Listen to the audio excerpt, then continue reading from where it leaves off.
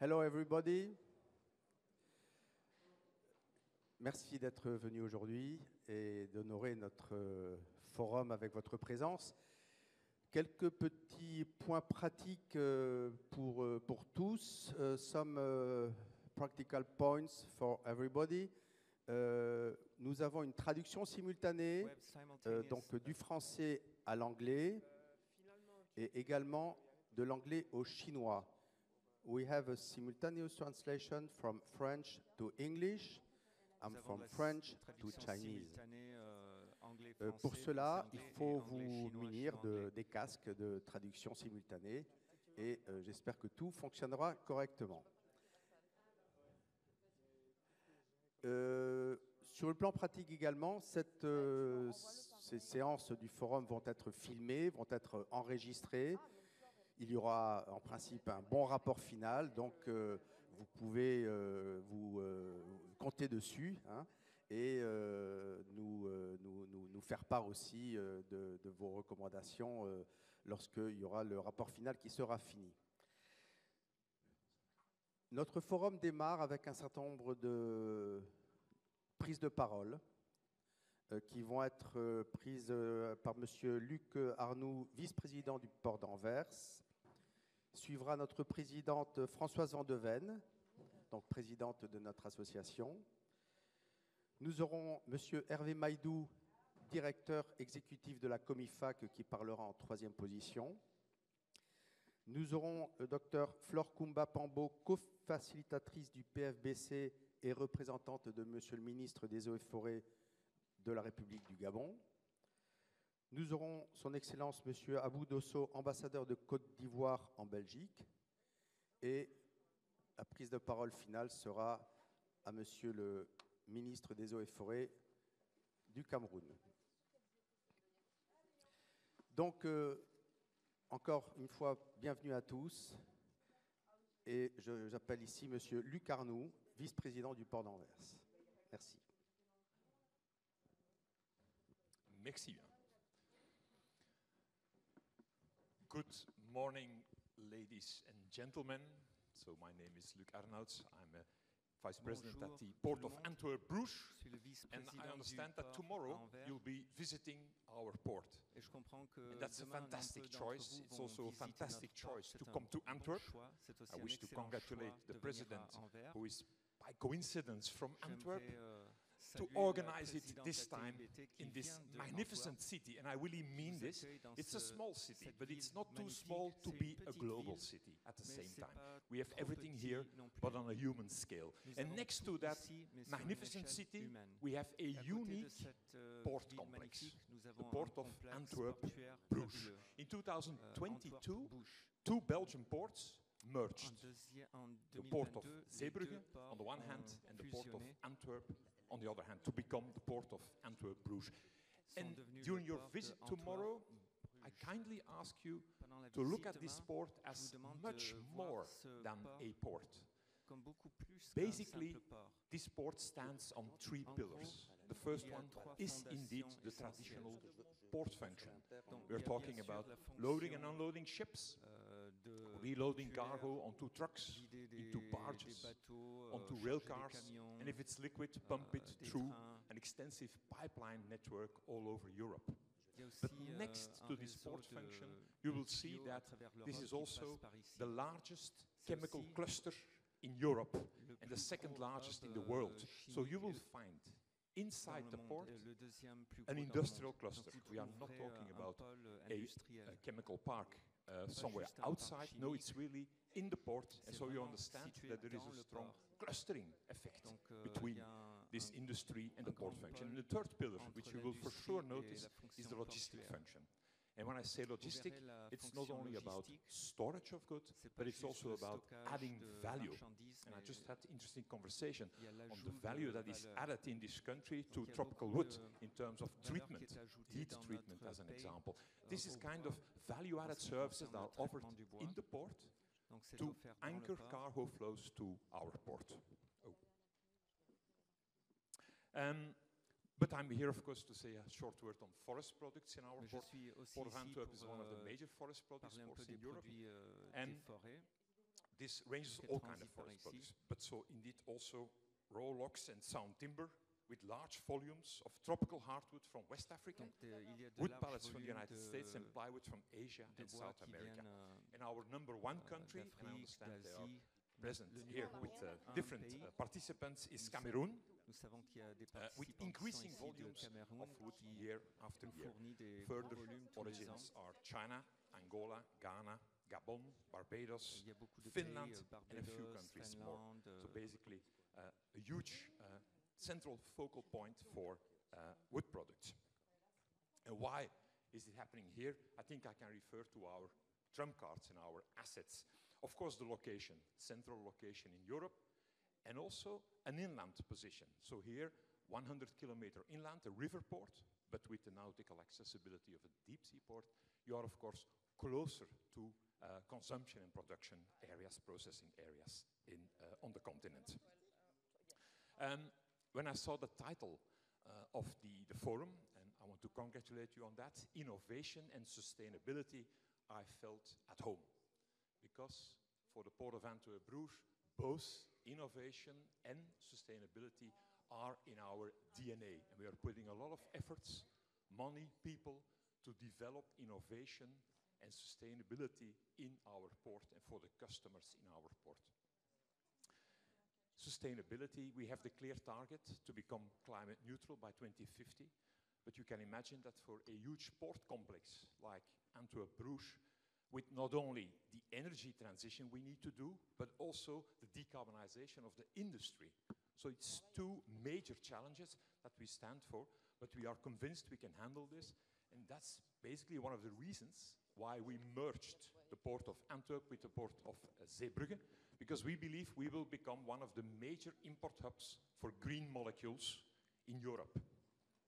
Green methanol, green ammonia, these are things we will need to decarbonize our continent and to keep the industry here in our continent to remain competitive. We also find private companies very active in the focus on sustainability, and they are leading the way in the sustainability economic model with initiatives such as, well known to you, of course, the Forest Stewardship Council and the Program for the Endorsement of Forest Certification. Some final words on the international presence. You are here in Antwerp. I told you it's a rather small city, but with a global footprint. And also as port, we try to make a global footprint. We are, of course, active here in Antwerp and in Zeebrugge, but we also have international activities. And I'm very proud about that. One of them is we are, for a period of 9 years' time, we are running the port of Cotonou in Benin. So it's I believe it's a very front-running contract whereby we, over a period of 9 years, are shaping the port, are helping to develop the port, build a master plan, work on safety, security, and sustainability, and then transfer the port back to local management. So I think it can be seen as an exemplary evolution in collaboration between ports around the world. We're also very present on Ivory Coast. Just spoke with Mr. Ambassador. We have a partnership with the Port Autonome San Pedro, which includes also the active operational interference with a logistic zone. We are also in a huge consultancy project with the Port Autonome d'Abidjan. Furthermore, different projects in Africa which relate to the green transition, we will develop in Namibia, together with Namports, a port for transit of green hydrogen, green ammonia, and green methanol. So we will build together with them in a joint venture a new port. Other Belgian companies will be involved in the production of the green molecules. We are managing the port of Duqm in the Middle East, in Oman. It's a brand new port. 8 years ago, it was basically a fisher port. Today, it's really becoming a huge and important industrial and cargo port in the Middle East. So we are there collaborating with partners to develop that area as well. We have a participation in the port of Açu in Brazil, so also in South America. We try to put our actions, not only the words, but also deeds. And then to close, we have a project in Tanzania for the port transition to a landlord model. And we do that as a structural partner of the Tanzania Port Authority. So we try to be not only local, but we really try to be an international port and set the scene in the port environment. So in conclusion, you came to the right place here in Antwerp, and I want to thank again the President for coming here to our fantastic city. I wish you an excellent forum with very fruitful contacts, and don't forget to enjoy the marvelous city, but above all, the port tomorrow. Thank you very much.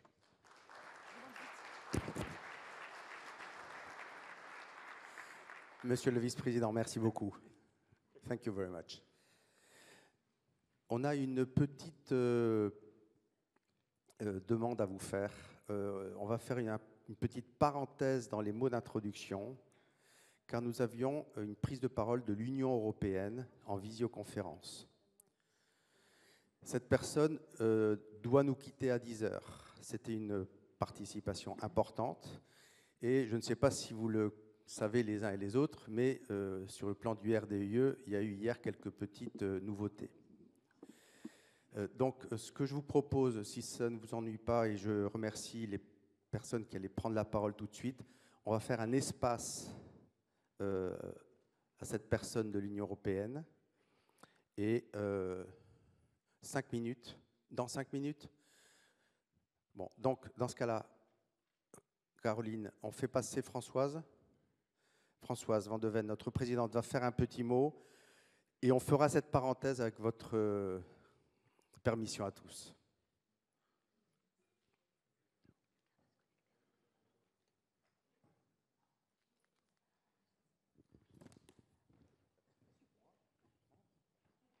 Appuie-toi sur le directeur de la TIBT, Françoise. Je m'excuse, mais j'ai fait une mauvaise chute, mais mon genou est pour 2/3 en très mauvaise forme. Donc voilà. Alors, en tout cas, merci beaucoup d'être ici. Excellence, Monsieur Jules Doré Ndongo, ministre des Forêts, de la Faune du Cameroun. Excellence, Monsieur Abou Dosso, ambassadeur de Côte d'Ivoire. Général Joël Zouzou, directrice de cabinet du ministre des Eaux et Forêts du Côte d'Ivoire. Monsieur Benjamin Toirambe, secrétaire général et représentant Madame la ministre d'État de l'Environnement et du Développement durable de la République démocratique du Congo. Madame Paulette Ebina Tagarzano, directrice des forêts et représentant Madame la ministre de l'économie forestière de la République du Congo. Madame Fleur Kumba Pambo, co-facilitatrice du partenariat des forêts du bassin du Congo, représentant le ministre des Eaux et Forêts du Gabon. Madame Yvonne Higuero, secrétaire générale CITES. Monsieur Hervé Maïdou, secrétaire exécutif de la COMIFAC. COMIFAC, c'est la Commission des forêts d'Afrique centrale. Je me mets ici, comme ça me permet de jeter mes feuilles. Monsieur Luc Arnauds, vice-président du port d'Anvers-Bruges.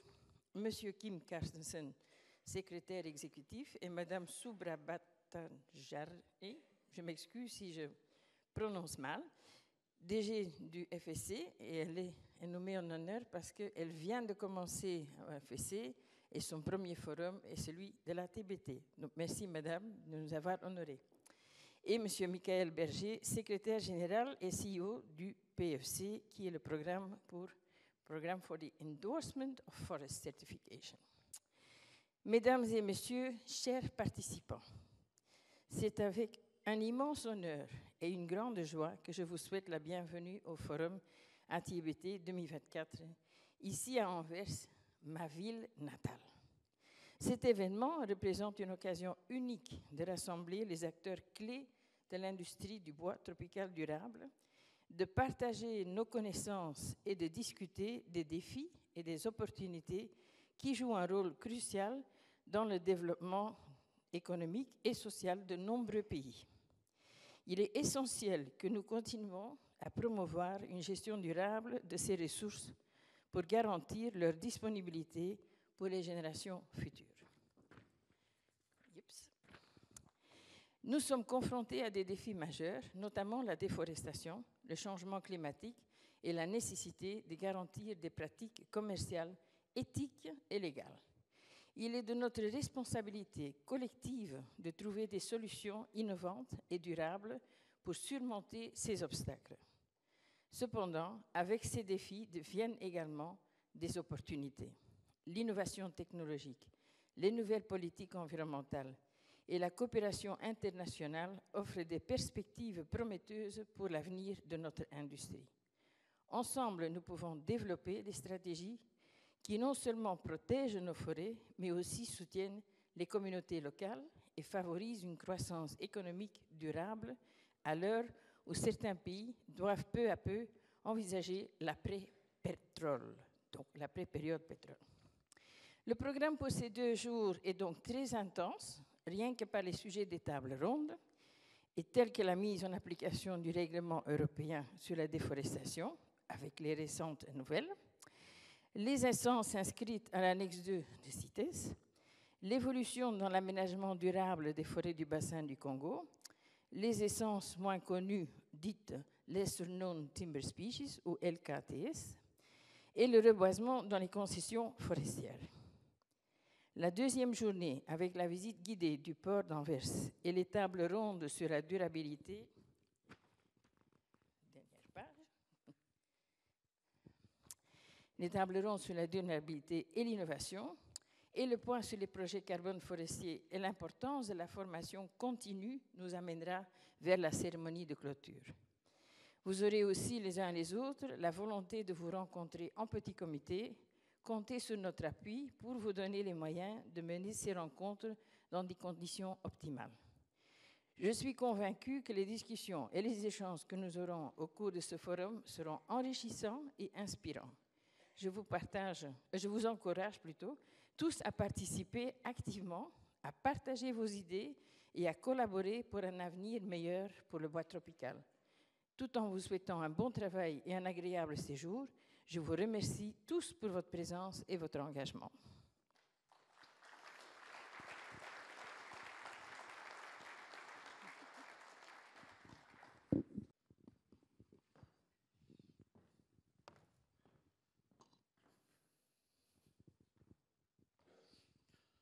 Excellences, Monsieur le ministre des Forêts et de la Faune du Cameroun, Messieurs les représentants des ministères des Forêts du Gabon, de la République gabonaise, de la République du Congo et de la République démocratique du Congo, de la République centrafricaine, Excellences, Monsieur l'ambassadeur de la Côte d'Ivoire en Belgique,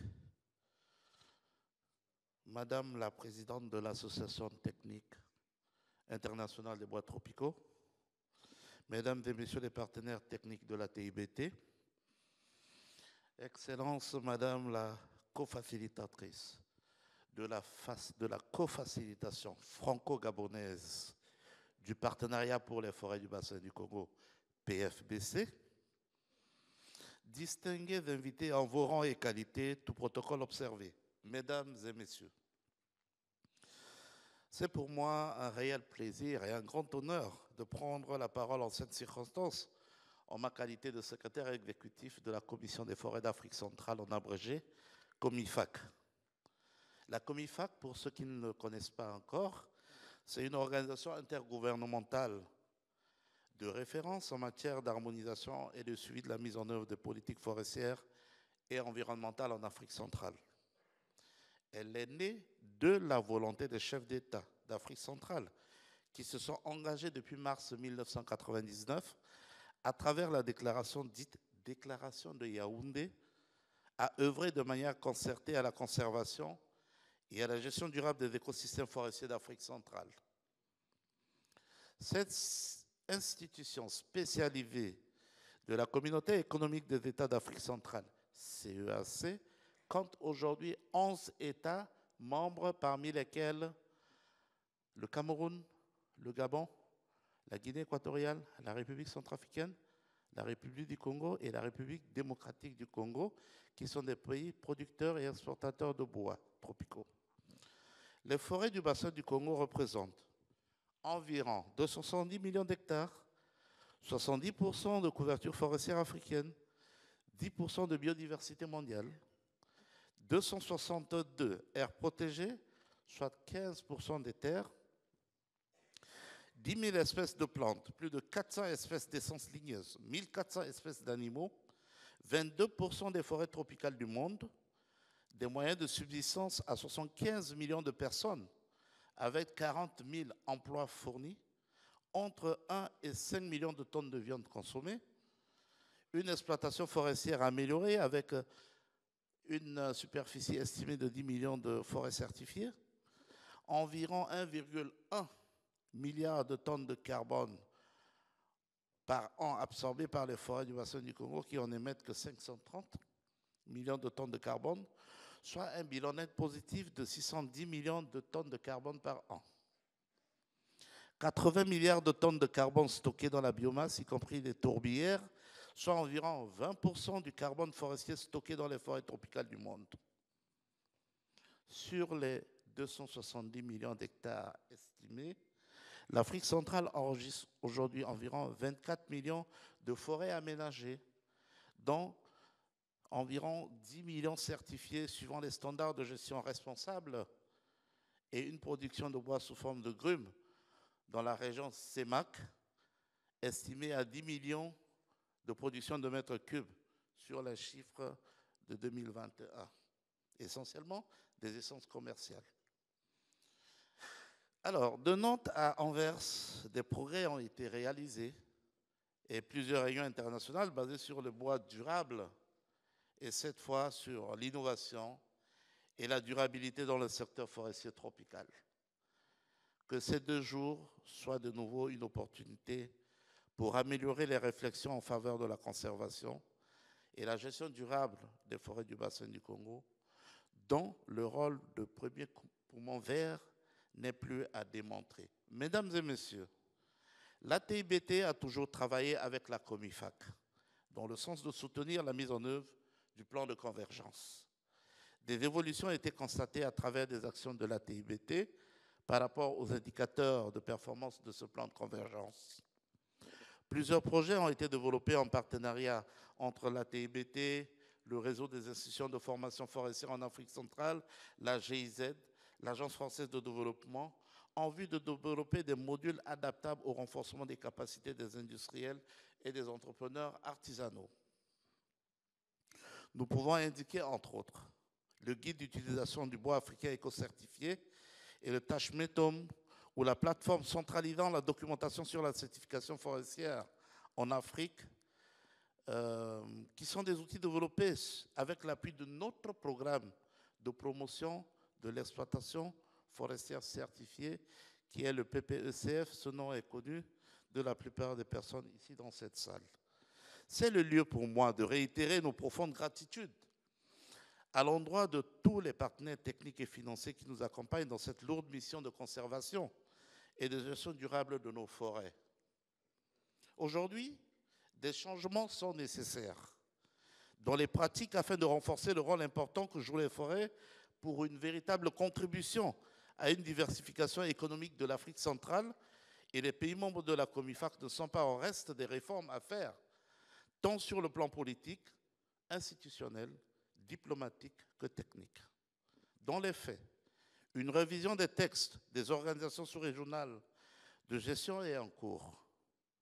Des décisions liées à une gestion des forêts telles que l'interdiction de l'exportation de bois sous forme de grumes, un mécanisme adapté de fiscalité forestière incitative, des mesures de sécurisation des recettes liées à l'exportation du bois et des mesures concernant le bois, le commerce du bois, tels que l'accord de partenariat volontaire APV-FLECT, le dialogue avec la Chine et en perspective, comme je le disais, les pays membres de la COMIFAC sont solidaires et engagés pour renforcer le partenariat avec l'Europe à travers sa nouvelle réglementation sur la déforestation, la RDIE.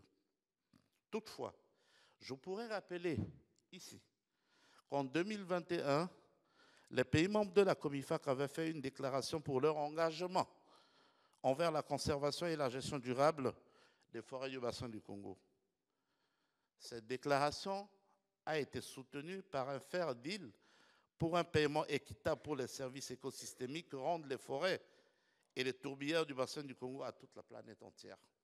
À titre de rappel, je cite, « Nous, États membres de la COMIFAC, nous nous engageons à poursuivre les efforts nécessaires pour préserver nos forêts tropicales et conserver la biodiversité et demandons à la communauté internationale d'accroître son soutien technique, financier et diplomatique de manière efficace dans une approche de responsabilité partagée. Pour cet appel, les États membres de la COMIFAC demandent à la communauté internationale, entre autres, un soutien à la gestion durable des forêts du bassin du Congo en mettant en œuvre des politiques commerciales justes et équitables qui promeuvent les produits issus de ces forêts en vue d'encourager les efforts consentis par les pays d'Afrique centrale pour la conservation et la gestion durable de leur écosystème forestier. La facilitation de l'accès des produits bois transformés issus de l'exploitation légale et durable des forêts du bassin du Congo au marché international. C'est pourquoi la signature d'un nouveau MOU que nous allons avoir avec la TIBT peut-être ce jour est nécessaire pour prendre en considération le secteur privé dans la mise en œuvre de la stratégie d'industrialisation de la CEMAC, mais aussi le respect des dispositions de la RDUE. Ainsi, nous gardons espoir que la TIBT et ses partenaires pourront développer d'autres projets en lien avec les engagements suscités et la décision de la CEMAC portant interdiction d'exploitation de bois sous forme de grumes, en vue de la mise en œuvre de la stratégie sous-régionale par le secteur privé et un développement harmonieux de tous. Désormais, avec toutes les présentations que nous avons suivies hier, des réalisations faites par la TIBT concernant les APCN, les ACNP et les quotas, et notamment la position de la TIBT et ses partenaires dans les négociations internationales, nous souhaitons davantage une implication du secteur privé. La TIBT et ses partenaires dans les groupes de travail thématiques de la COMIFAC, en prélude aux préparations pour les négociations internationales, à savoir la CNUC, la CDB et CITES, notamment à Cali et à Bakou pour cette année et l'année prochaine en ce qui concerne CITES. Vive la coopération internationale, vive la coopération sous-régionale, vive la COMIFAC, je vous remercie.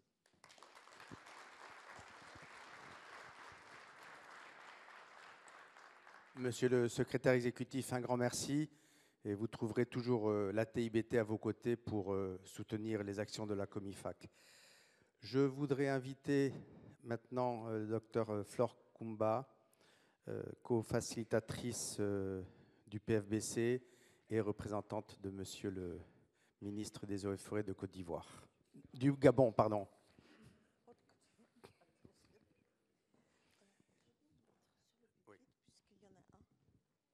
Je vais m'installer sur le pupitre puisqu'on en a mis un à notre disposition. Donc, bonjour tout le monde. Excellence, Monsieur le ministre des Forêts et de la Faune de la République du Cameroun. Excellence, Monsieur l'ambassadeur de la République de Côte d'Ivoire, près le Royaume de Belgique. Monsieur le secrétaire exécutif de la Commission des forêts d'Afrique centrale, en abrégé COMIFAC, Monsieur le vice-président du port d'Anvers, Madame la présidente de l'Association technique internationale pour les bois tropicaux, Madame la secrétaire générale de la Convention sur le commerce international des espèces de faune et de flore menacées d'extinction, Mesdames et Messieurs, distingués participants, je souhaiterais tout d'abord vous transmettre les sincères remerciements de Monsieur le ministre des Eaux et Forêts de la République gabonaise, le général de brigade Maurice Tosui Alogo, qui, ne pouvant être présent aujourd'hui, m'a chargé de le représenter au Forum 2024 de l'Association technique internationale pour les bois tropicaux, ATIBT en sigle. Il m'a également demandé de vous faire part de ses chaleureuses salutations. C'est donc avec honneur que je m'exprime devant vous en son nom. Je souhaite exprimer toute la reconnaissance de la délégation gabonaise aux autorités d'Anvers pour leur accueil chaleureux et l'hospitalité qui nous est réservée depuis notre arrivée.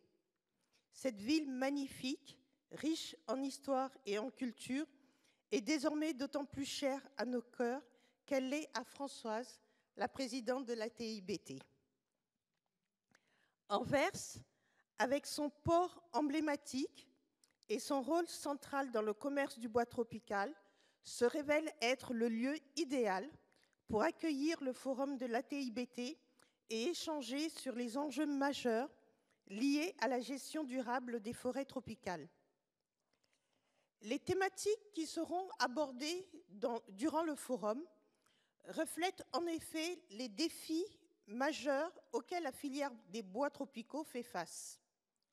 La mise en œuvre effective du règlement européen sur la déforestation, RDUE, l'adaptation des plans d'aménagement forestier, tenant compte des nouvelles exigences du marché, avec une approche plus axée sur la sylviculture et la valorisation des espèces moins connues, et les moyens et les innovations en matière de durabilité ou de financement dans le secteur du bois tropical sont autant de sujets qui nous tiennent particulièrement à cœur. Mesdames et messieurs, la gestion durable des écosystèmes forestiers fait partie de l'ADN de la politique environnementale de mon pays, le Gabon. Cette politique s'est traduite assez tôt par la mise en place d'outils institutionnels et juridiques en vue de garantir une faible déforestation, moins de 0,1% sur plusieurs décennies, et de maintenir l'intégrité écologique des forêts qui couvrent 88% du territoire national, dans le respect des politiques sous-régionales harmonisées et des engagements internationaux. Dans un contexte mondial où les défis environnementaux sont de plus en plus pressants, le Gabon reste déterminé à jouer un rôle actif dans la préservation des forêts du bassin du Congo, réserve vitale de biodiversité et de carbone. Je suis fière de souligner que le Gabon a été, en 2019, le premier pays africain récompensé par des paiements pour services écosystémiques rendus. Il s'agit de fonds norvégiens à hauteur de 150 millions de dollars sur une période de 10 ans dans le cadre de l'Initiative pour les forêts d'Afrique centrale ou CAFI. Le Gabon est également le premier pays du bassin du Congo à piloter la facilitation du partenariat pour les forêts du bassin du Congo, PFBC, créé en 2002 pour soutenir matériellement et financièrement les efforts de gestion durable de ce massif forestier.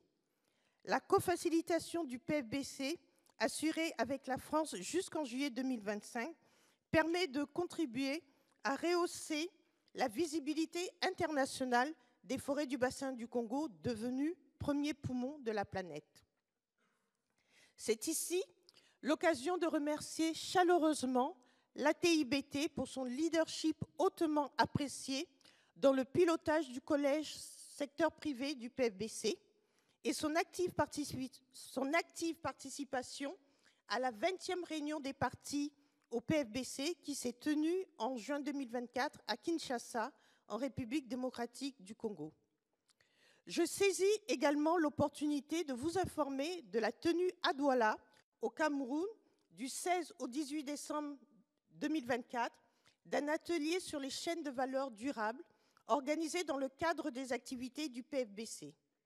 Cet atelier permettra d'avancer dans la co-construction de jalons politiques, stratégiques et programmatiques sur les chaînes de valeur durables dans un contexte d'accélération de transformation locale pour créer de la valeur ajoutée, des emplois de qualité et de renforcer la résilience économique de l'Afrique centrale. Merci encore une fois aux autorités camerounaises pour avoir accepté d'abriter cet événement. Mesdames et messieurs, la révision du Code forestier du Gabon pour intégrer par exemple les nouvelles exigences de durabilité et de finances climatiques ou biodiversité, la généralisation de la certification forestière à l'ensemble des concessions forestières du pays, le système de traçabilité des produits du bois de la forêt à destination, ainsi que l'accent majeur mis sur la lutte contre l'exploitation illégale des ressources naturelles forestières sont autant d'efforts pour un bois du Gabon durable, légal, traçable, certifié, socialement responsable et positif pour la biodiversité et le climat. L'engagement du Gabon s'étend également au développement de la transformation locale du bois. Nous avons mis en place des mesures concrètes pour encourager l'industrialisation de notre filière bois, créant ainsi de la valeur ajoutée et des emplois locaux, tout en assurant une gestion responsable de nos ressources forestières. Dans ce contexte, le renforcement des capacités techniques et professionnelles de nos acteurs forestiers est crucial. C'est la raison pour laquelle nous accordons une importance particulière au programme de formation et de transfert de compétences. Avant de conclure, j'aimerais évoquer la question de financement qui fait l'objet de la dernière session inscrite à l'agenda du Forum. Cette question est au cœur des intérêts du Gabon, à l'instar des autres pays du bassin du Congo. Le développement de mécanismes de financement innovants est notamment inscrit comme l'un des axes stratégiques de la feuille de route du PFBC. Dans la perspective de la 29e session de la Conférence des parties à la Convention cadre des Nations Unies sur les changements climatiques, qui se déroulera à Belém, au Brésil, en 2025, il conviendrait que les projecteurs ne se focalisent pas uniquement sur le bassin de l'Amazonie. Il faudrait que les pays du bassin du Congo, gardiens de ces forêts, puissent capter les fonds qu'ils méritent au regard des efforts consentis, notamment dans le cadre du nouveau mécanisme financier Tropical Forest Forever Facility, annoncé par le Brésil. Ce mécanisme vise à mobiliser 250 milliards de dollars pour la conservation et la restauration des forêts tropicales et la valorisation des services écosystémiques. Pour finir, je voudrais juste réaffirmer que la vision d'un secteur forestier gabonais responsable, innovant et créateur de valeur reste plus que jamais d'actualité.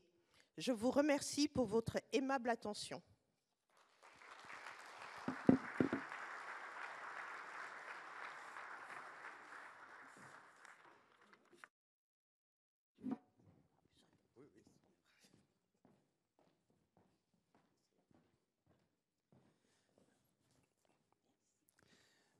Merci beaucoup, Dr Flore Kumba. Je voudrais maintenant inviter Monsieur l'ambassadeur de Côte d'Ivoire, Monsieur Son Excellence Abou Dosso. Merci, Monsieur. Oui.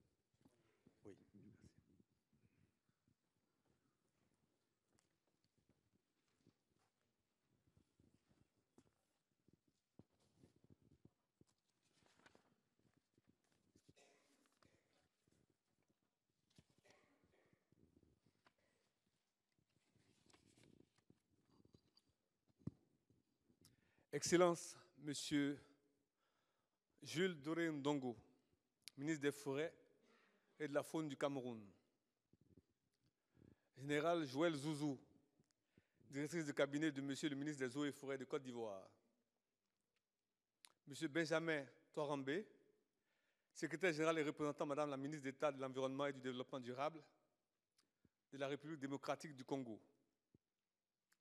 Madame Paulette Ebina Tarangazo, directrice des forêts et représentant Madame la ministre de l'économie forestière de la République du Congo.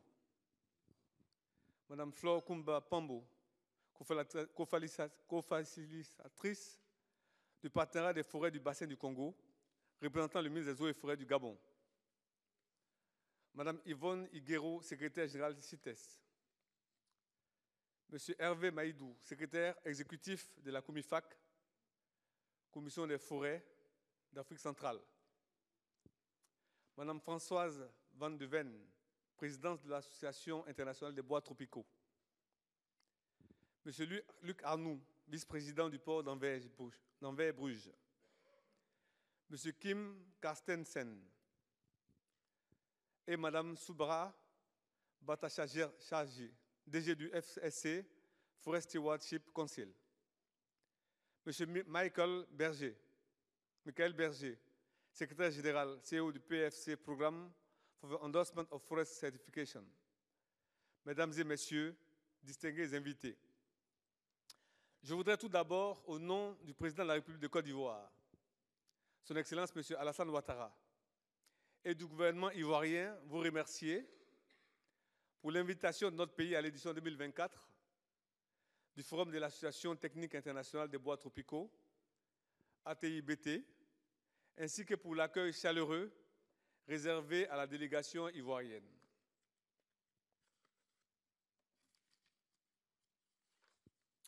Permettez-moi de remercier les organisateurs de ce forum, ainsi que l'ensemble des partenaires pour leur engagement continu en faveur de la préservation des forêts tropicales, enjeu mondial de tout premier plan.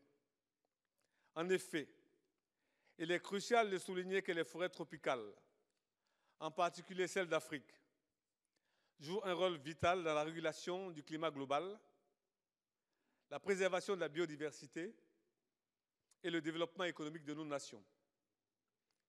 Aussi voudrais-je relever l'importance du thème choisi pour cette édition, à savoir innovation et durabilité dans le secteur forestier tropical. Mesdames et messieurs, pour la Côte d'Ivoire, ce forum intervient dans un contexte particulier, marqué par la signature récente le 19 février dernier à Bruxelles de l'accord de partenariat volontaire relatif à l'application des réglementations forestières, la gouvernance et les échanges commerciaux, l'APE-FLECT, entre la Côte d'Ivoire et l'Union européenne. Cet accord représente une avancée majeure dans nos efforts pour garantir la durabilité des chaînes d'approvisionnement de nos produits forestiers, tout en assurant une gestion responsable de nos ressources naturelles. À ce stade de mes propos, j'aimerais remercier l'ATIBT qui est à nos côtés au cours de la visite du port d'Anvers organisée en marge de cette signature, la signature de l'APE-FLECT. Le partenariat avec l'Union européenne, solidement ancré dans la lutte contre la déforestation et la gestion durable des forêts, est une avancée majeure dans la mise en œuvre de la politique de préservation, de réhabilitation et d'extension des forêts, PPREF, adoptée en 2018 par le gouvernement ivoirien.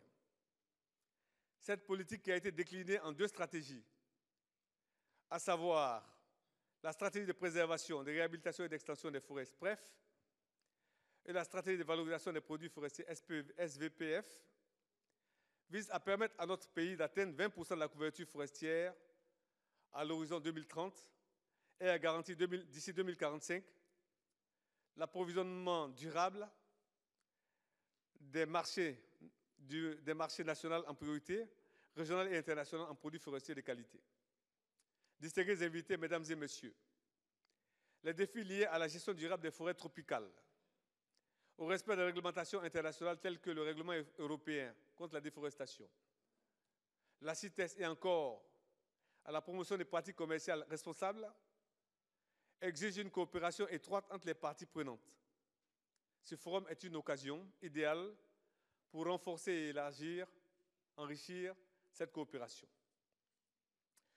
En tant que pays exportateur de bois tropical, la Côte d'Ivoire est pleinement engagée à mettre en œuvre des solutions innovantes pour concilier exploitation économique et préservation de nos forêts. C'est pourquoi nous sommes prêts à explorer de nouveaux partenariats et de nouvelles opportunités pour continuer à moderniser notre secteur forestier et à favoriser une économie circulaire dans laquelle la reforestation, la gestion durable et la responsabilité sociale et environnementale sont au cœur de nos actions. Je ne saurais clore ce discours sans réitérer l'engagement indéfectible de la Côte d'Ivoire à travailler avec l'ensemble des partenaires pour construire un avenir durable pour nos forêts et pour nos populations. Je vous remercie de votre attention et vous souhaite des échanges fructueux durant ce forum ATIBT 2024. Vive la coopération internationale, vive nos forêts tropicales, je vous remercie.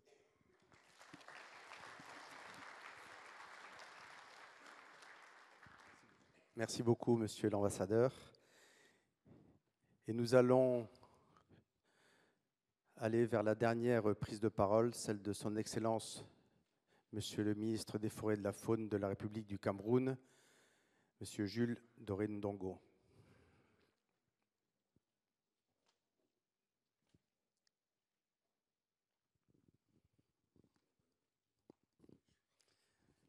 ministre.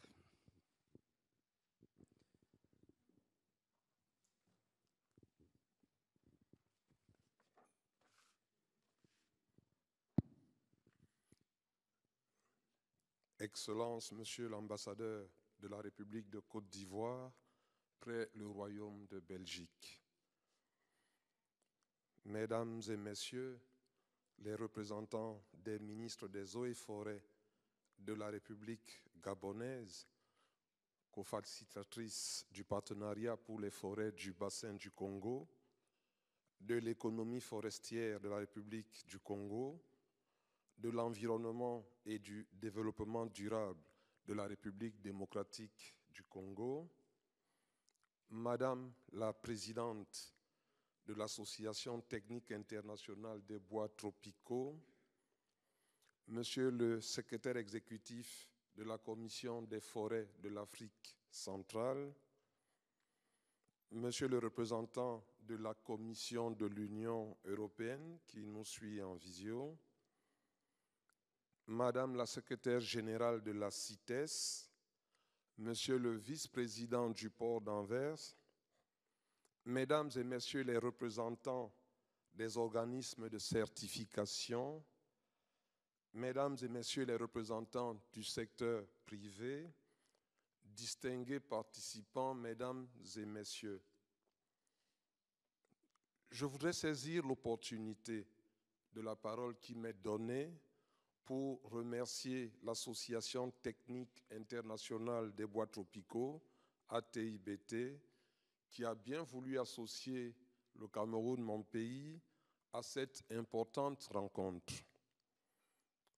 Comme les intervenants qui m'ont précédé, j'exprime ma gratitude à laquelle je joins celle de la délégation qui m'accompagne pour l'accueil chaleureux qui nous a été réservé depuis notre arrivée à Anvers, ainsi que pour les facilités de travail mises à notre disposition en vue d'une participation fructueuse à ce forum. Il me plaît également, en cette circonstance, d'apprécier l'engagement de l'ATIBT, représentant des opérateurs forestiers industriels, principalement basés en Afrique, représentant également des fournisseurs de produits en bois tropicaux et de tous les autres acteurs du secteur engagés dans la gestion responsable des forêts tropicales. En outre, l'ATIBT joue un rôle important dans la promotion du développement d'une industrie et d'un commerce durable, éthique et légaux des bois tropicaux en tant que ressources naturelles et renouvelables, essentielles au développement socio-économique des pays producteurs. Mesdames et Messieurs, les présentes assises, faut-il le souligner, interviennent dans un contexte marqué par une certaine morosité au niveau de la filière industrielle forêt-bois nationale. Cette situation pourrait préfigurer une conjoncture, voire une crise plus impactante que celle connue par le passé, du fait, entre autres, de l'instabilité des marchés. Les raisons, cette fois, seraient davantage consubstantielles au modèle d'économie forestière et aux outils d'encadrement, notamment d'aménagement expérimentés depuis les réformes des années 90 dans le sous-secteur forestier.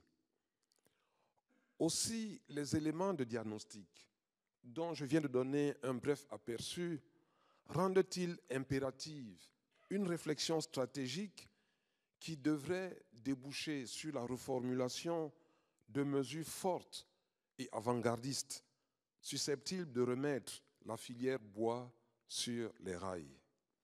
Ces mesures devraient tenir compte de l'environnement de plus en plus contraignant du point de vue de la réglementation internationale en matière de gestion des ressources forestières. Je fais ici référence notamment à la Convention sur le commerce international des espèces de faune et de flore sauvages menacées d'extinction, la CITES, et au règlement européen contre la déforestation et la dégradation des forêts. Mesdames et Messieurs, au regard de ce qui précède, le forum d'Anvers vient à point nommé, dans la mesure où il met en exergue le rôle des forêts plantées et agroforestières, dont les produits constituent désormais de véritables alternatives à ceux issus des forêts naturelles, avec une vocation tournée vers le développement des chaînes de valeur sylvicole durables. Dans cette perspective et dans sa vision stratégique, le Cameroun, mon pays, s'est doté depuis quelques années de 2 leviers importants. Le premier, c'est la mise au point d'un programme national de développement des plantations forestières qui prévoit la réalisation chaque année de 40 000 hectares de plantations forestières. Et le deuxième outil, c'est le système informatique de gestion des informations forestières de 2e génération, développé dans le cadre de l'APV FLECT et qui est opérationnel depuis avril 2021. C'est un outil qui garantit la traçabilité du bois et la légalité des entreprises forestières. Mesdames et messieurs, chers participants, je ne saurais terminer mon propos sans remercier les partenaires techniques et financiers, dont la TIBT, pour leur soutien multiforme et leur dire combien leur contribution est précieuse pour l'atteinte des objectifs de gestion durable des forêts camerounaises. Sur ce, je vous remercie de votre bien aimable attention.